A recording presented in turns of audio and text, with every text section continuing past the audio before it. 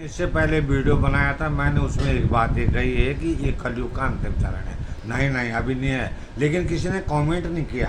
Comment ये करना चाहे था कि आप, अगर उन्हें ज्ञान होता, पता होता, तो उन्होंने ये कमेंट करना था कि आप गलत बोल रहे हैं, अभी कलयुग का ये अंतिम चरण नहीं है।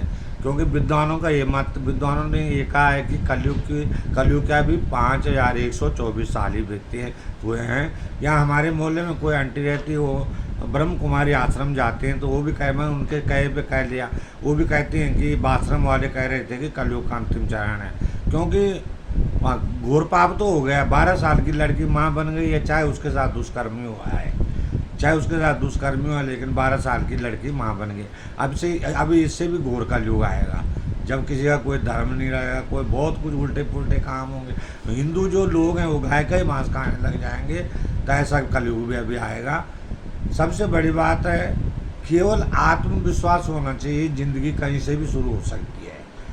मैं एक बात बताना, ये कहना भी चाहता हूँ कि फ़ोन में चाहे ज्ञान कितना भी है, लेकिन आत्मानुभूति ग्रंथों से ही होगी।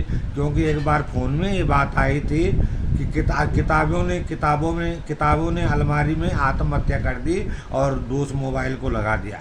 ऐसी बात नहीं, किताबें। एक बार अमिताभ बच्चन जी ने भी कहा था कि ज़माना चाहे कितना भी डिजिटल हो गया है, लेकिन किताबें अपनी जगह में हैं। और अमिताभ बच्चन जी जो थे, राजनीति में भी गए थे, और उन्होंने ये भी कहा था कि सब कुछ कर लेना, लेकिन राजनीति में मत जाना। क्योंकि आज की राजनीति गंदी है, dirty politics and dirty politician है।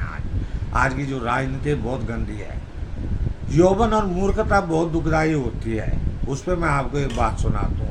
एक बार एक वृद्ध महिला जो थी नीचे की ओर देख रही थी, तो किसी ने उससे पूछा, ये बाले तेरा नीचे क्या गिर गया है, तू क्या खोज रही है? उसने कहा, अरे मूर्ख, तुझे क्या पता मेरा यौवन रूपी मोती खो गया है।